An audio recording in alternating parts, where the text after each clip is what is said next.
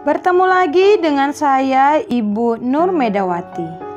Pada kesempatan kali ini, kita akan belajar pola pengembangan dan jenis paragraf teks eksposisi.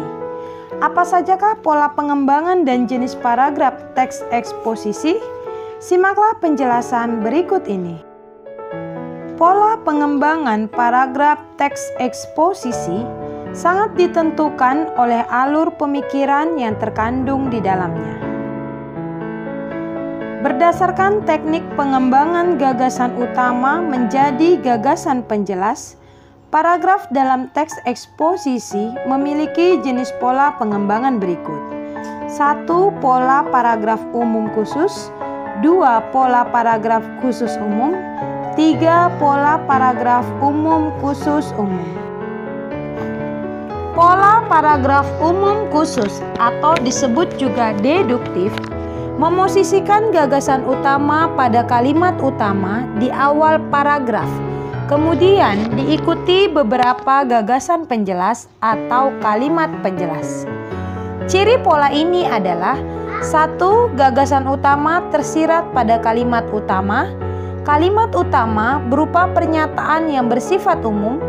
Gagasan utama dikembangkan ke dalam beberapa kalimat penjelas disertai fakta, bukti, atau contoh pendukung. Simaklah contoh berikut ini. Narkoba benar-benar membahayakan nasib bangsa di masa depan. Efek kerusakan akibat narkoba ini tidak hanya mengenai diri sendiri, tetapi juga orang di sekitarnya. Tak hanya dalam skala kecil seperti keluarga, tetapi juga dalam skala besar. Miras dan narkoba akan menghancurkan sendi-sendi pembangunan nasional. Secara ekonomi akan sangat banyak dana yang dihambur-hamburkan untuk membeli barang-barang haram itu, kemudian mengobati mereka, membiayai berbagai upaya pencegahan bahayanya, serta efeknya bagi pertahanan dan keamanan nasional. Berdasarkan contoh tersebut, kalimat yang bersifat umum adalah kalimat pertama. Maka kalimat tersebut jugalah yang merupakan kalimat utama, yaitu narkoba benar-benar membahayakan nasib bangsa di masa depan. Adapun ide pokok paragraf tersebut adalah narkoba membahayakan nasib bangsa, sehingga paragraf tersebut dikembangkan dengan pola umum khusus atau deduktif. Pola yang kedua adalah pola khusus umum atau induktif. Pola ini menguraikan data empiris berupa fakta, bukti, atau alasan sebagai gagasan penjelas pada awal paragraf. Kemudian diakhiri kesimpulan yang berisi gagasan utama pada bagian akhir paragraf. Simaklah contoh berikut ini. Pengelolaan hutan tidak menunjukkan adanya tanda-tanda perbaikan dibandingkan tahun sebelumnya. Sebaliknya, kecenderungannya justru semakin memburuk. Kebakaran hutan masih terus terjadi dan penebangan liar semakin meningkat. Diperburuk lagi dengan rencana pembukaan lahan hutan lindung bagi pertambangan. Keadaan tersebut jelas menambah suram nasib hutan. Paragraf tersebut diawali oleh pernyataan pengelolaan hutan yang tidak menunjukkan perbaikan. Ditambah lagi semakin memburuknya akibat kebakaran hutan yang terus terjadi dan penebangan liar yang meningkat. Diperburuk kembali dengan pembukaan lahan hutan lindung bagi pertambangan. Di akhir paragraf berisi kesimpulan yang bersifat umum bahwa menambah suram nasib hutan. Sehingga paragraf tersebut dikembangkan dengan pola khusus umum atau induktif.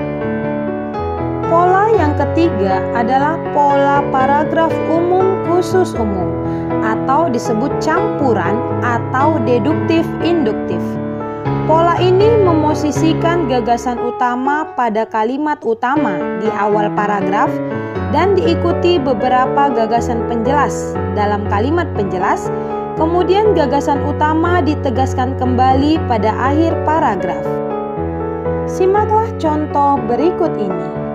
Ide atau gagasan merupakan sumber kreativitas manusia. Berbeda dengan ide yang berarti akal pikiran. Ide dalam hal ini menjadikan seseorang mempunyai kemampuan untuk menciptakan suatu karya. Hal inilah yang menjadikan suatu karya dapat bernilai tinggi dan berharga. Intinya, kreativitas seseorang dapat dilihat dari hasil pemikiran atas ide-ide yang mendasarinya. Paragraf tersebut diawali pernyataan, ide atau gagasan merupakan sumber kreativitas, dan ditegaskan kembali dengan variasi kalimat di akhir paragraf. Kreativitas seseorang dilihat dari hasil pemikiran atas ide. Dengan demikian, paragraf tersebut dikembangkan dengan pola umum khusus umum atau campuran. Selain ketiga pola tersebut, terdapat juga pola pengembangan proses.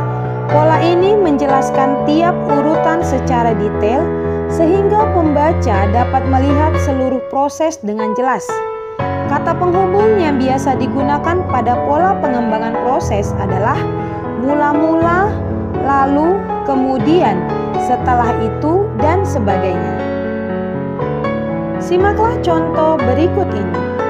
Pohon anggur di samping buahnya yang digunakan untuk pembuatan minuman, daunnya pun dapat digunakan sebagai bahan untuk pembersih wajah. Caranya, ambillah daun anggur secukupnya, lalu tumbuk sampai halus. Masaklah hasil tumbukan itu dengan air secukupnya dan tunggu sampai mendidih. Setelah itu, ramuan tersebut kita dinginkan dan setelah dingin, baru kita gunakan untuk membersihkan wajah. Mudah-mudahan kulit wajah kita akan kelihatan bersih dan berseri-seri. Pada paragraf tersebut diuraikan proses pembuatan daun anggur sebagai bahan untuk pembersih wajah. Pola berikutnya adalah pola pengembangan definisi. Pada pola ini, paragraf dikembangkan dengan memberikan keterangan atau arti terhadap sebuah istilah atau hal. Simaklah contoh berikut ini. Ozon terapi adalah pengobatan suatu penyakit dengan cara memasukkan oksigen murni dan ozon berenergi tinggi ke dalam tubuh melalui darah.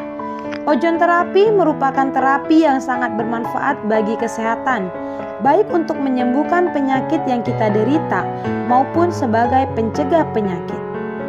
Pada paragraf tersebut diuraikan definisi ozon terapi yang ditunjukkan dengan penggunaan kopula adalah dan merupakan. Pola pengembangan contoh atau ilustrasi yaitu pola yang memakai contoh-contoh atau ilustrasi untuk menjelaskan dan menegaskan ide, gagasan, dan maksud penulis. Kata penghubung yang biasa digunakan adalah misalnya, seperti, contoh, dan sebagainya. Simaklah contoh berikut ini. Dalam tubuh manusia terdapat aktivitas seperti pada mesin mobil. Tubuh manusia dapat mengubah energi kimiawi yang terkandung dalam bahan-bahan bakarnya, yakni makanan yang ditelan menjadi energi panas dan energi mekanis. Nasi yang Anda makan akan dibakar dalam tubuh sebagaimana bensin dibakar dalam silinder mesin mobil. Sebagian dari energi kimiawi yang disediakan oleh nasi itu diubah menjadi energi panas yang membuat tubuh tetap hangat. Sebagian lagi berubah menjadi energi mekanis yang memungkinkan otot-otot dapat memompa darah dalam tubuh dan menggerakkan dada pada waktu bernapas. Pola pengembangan perbandingan yaitu pola yang menggunakan dua sudut pandang perbandingan secara berpasangan. Misalnya unsur kesamaan dan perbedaan, keuntungan dan kerugian, kelebihan dan kekurangan. Kata penghubung yang biasa digunakan adalah dibandingkan dengan, jika, dibandingkan dengan, daripada. Simaklah contoh berikut ini. Susu kambing memiliki manfaat yang sama dengan susu sapi. Keduanya memiliki kandungan kalsium yang cukup. Sama seperti susu sapi, susu kambing sangat cocok diminum untuk memperkuat massa tulang dan menambah tinggi badan. Susu kambing juga memiliki bakteri baik seperti susu sapi, yaitu bakteri Lactobacillus yang baik untuk tubuh. Karena itu, kedua susu ini sangat bermanfaat bagi tubuh kita. Pola pengembangan pertentangan yaitu pola yang mempertentangkan atau menyatakan perbedaan dari dua hal yang dibandingkan. Kalimat utama menjelaskan inti perbedaan yang dilihat dari sudut pandang tertentu, misalnya fungsi, ciri, ukuran fisik, dan sebagainya. Kata penghubung yang biasa digunakan adalah berbeda, berbeda dengan, akan tetapi, namun, padahal, sebaliknya. Simaklah contoh berikut ini.